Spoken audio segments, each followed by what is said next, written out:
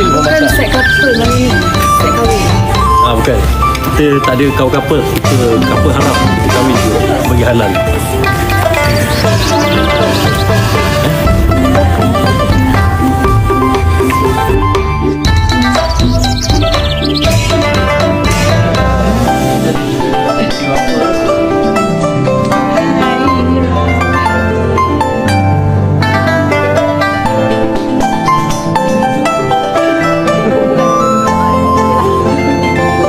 Masak awak yang awak cakap pandai tu. Bila saya cakap saya masak? Oh, dekat interview tu hari tu tak cakap. Oh. Saya harap awak pandai masak lah. Takkan tak pandai. Memang pandai masak. Masak Pak Mak biasa pandai. Ini dah cakap.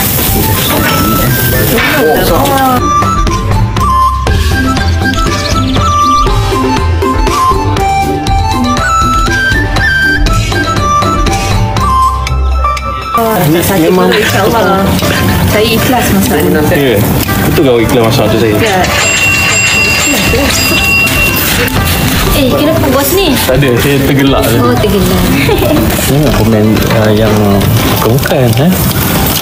Kalau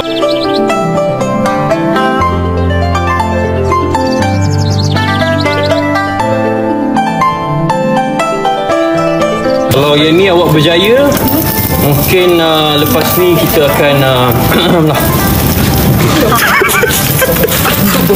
bukan maksud saya kita akan buat ni lah, bagi tahu lah awak berjaya ke tak berjaya. Design dia not bad.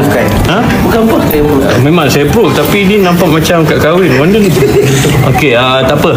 Ni nama poster dia set kahwin. Kenapa dekat sana Una dengan ni ada kacau-kacau. Tak, maksudnya Una dengan Richard itu dia ada bully-bully. Tak ada. Sebab saya tak ajar kalau orang nak bully apa. Kalau bos yang bully tau. Boleh nak cakap. Ada. Tak, saya tak ajar diorang. Kalau macam ada orang nak datang interview, jangan bully-bully, tak baik. Tak baik, saya tak pernah ajar macam tu. Kalau yang bully tu diorang, bukan saya. Ya ke? Saya tak suka bully-bully staff. Sekejap. Pergi ambil pack tu banyak sikit. Bos mana ni bos? Itu batang. Tak teli Tapi kena dekat sikit. Kena dengan nada memujuk. Macam awak pujuk ada boyfriend Tak ada. Tak ada boyfriend? Tak ada. Serius ke? Sana saya nak memujuk saya tak ada boyfriend. Tak pernah ada boyfriend Tak pernah. Ada lah. Bos apa ni? Lari topik. Jualan. Terima kasih Cak. Tulis. Ingatkan PC. Jadi kena soalan ni. Malam kena soal. Kau ada planning tak nak end up nama bujang hang? Aku dah tengok dah lama masa kat ni. Cakap sekali, kita juga tak ada.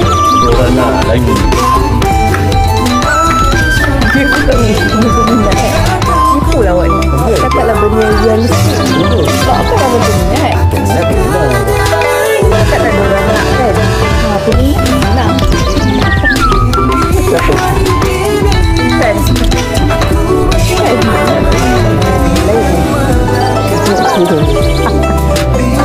Ya, promote.